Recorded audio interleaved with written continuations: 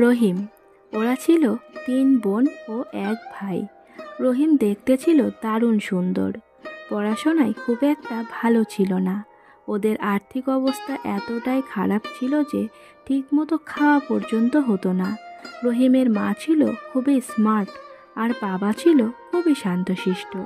রহিমের মা তার বাবাকে একটুকো পাত্তা দিত না। রহিমের বাবা সারা দিন মাঠে পড়ে থাকতো।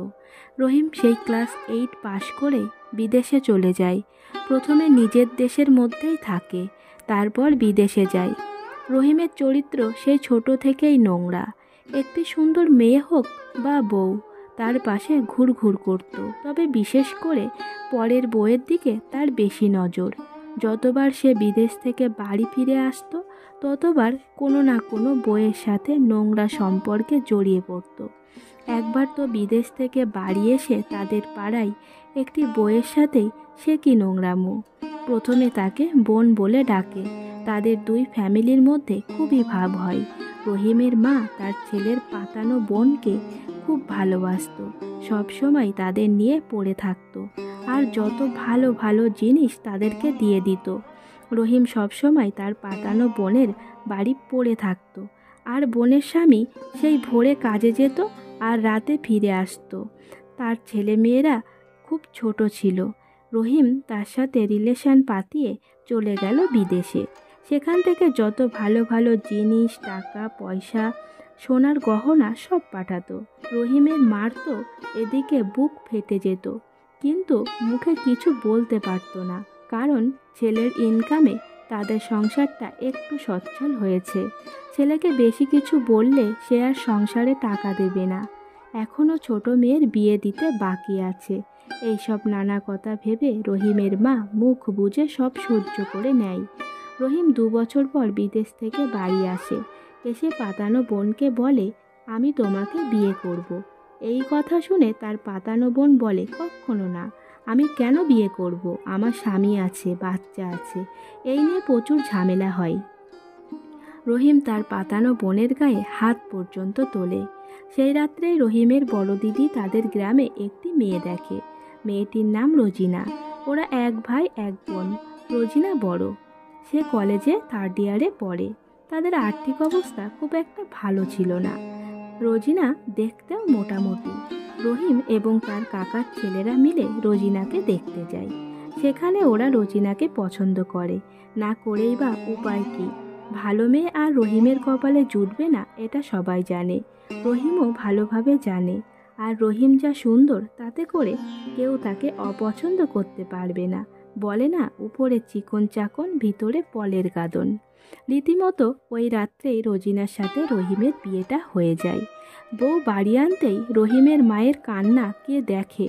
বউ সুন্দর হয়নি, তাই সকলে বুঝিয়ে সুঝিয়ে তাকে থামিয়ে দেয়। বউ তো অবাক হয়ে যাচ্ছে সব কিছু দেখে। সকলে আবার রহিমের পাতানো বোনের কথা বলতে লাগলো। রোজিনার আর কিছু বুঝতে অসুবিধা হলো না যে রহিম কেমন ছেলে। বিয়ের 2 মাসের মধ্যেই রোজিনা প্রেগনেন্ট হয়। তার কিছুদিন পরেই রহিম বিদেশে চলে যায়। সেখানে গিয়ে মাঝে মধ্যেই সে বউয়ের কাছে ফোন করত, আর ফোন করেই মায়ের সাথেই বেশি কথা বলতো। মাও তেমন, সারাদিন শুধু বউয়ের নামে নালিশ। রহিম আবার মা ভক্ত ছেলে, মা যা বলতো তাই বিশ্বাস করে নিত।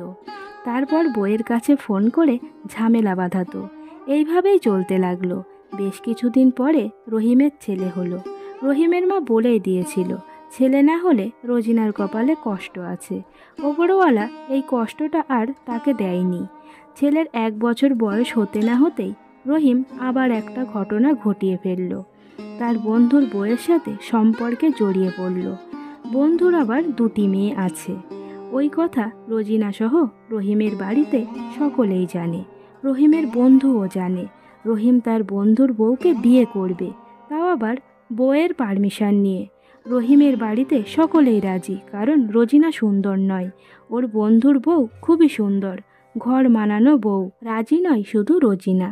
আপনারাই বলুন, কোনো মেয়ে কি পারে তার স্বামীকে অন্যের হাতে তুলে দিতে? রহিম এখন রোজিনার কাছে বায়না করে, তুমি যদি বিয়েতে হ্যাঁ না বলো তবে আমি সুসাইড করব। রোজিনা বাধ্য হয়েই বলেছে, হ্যাঁ করো।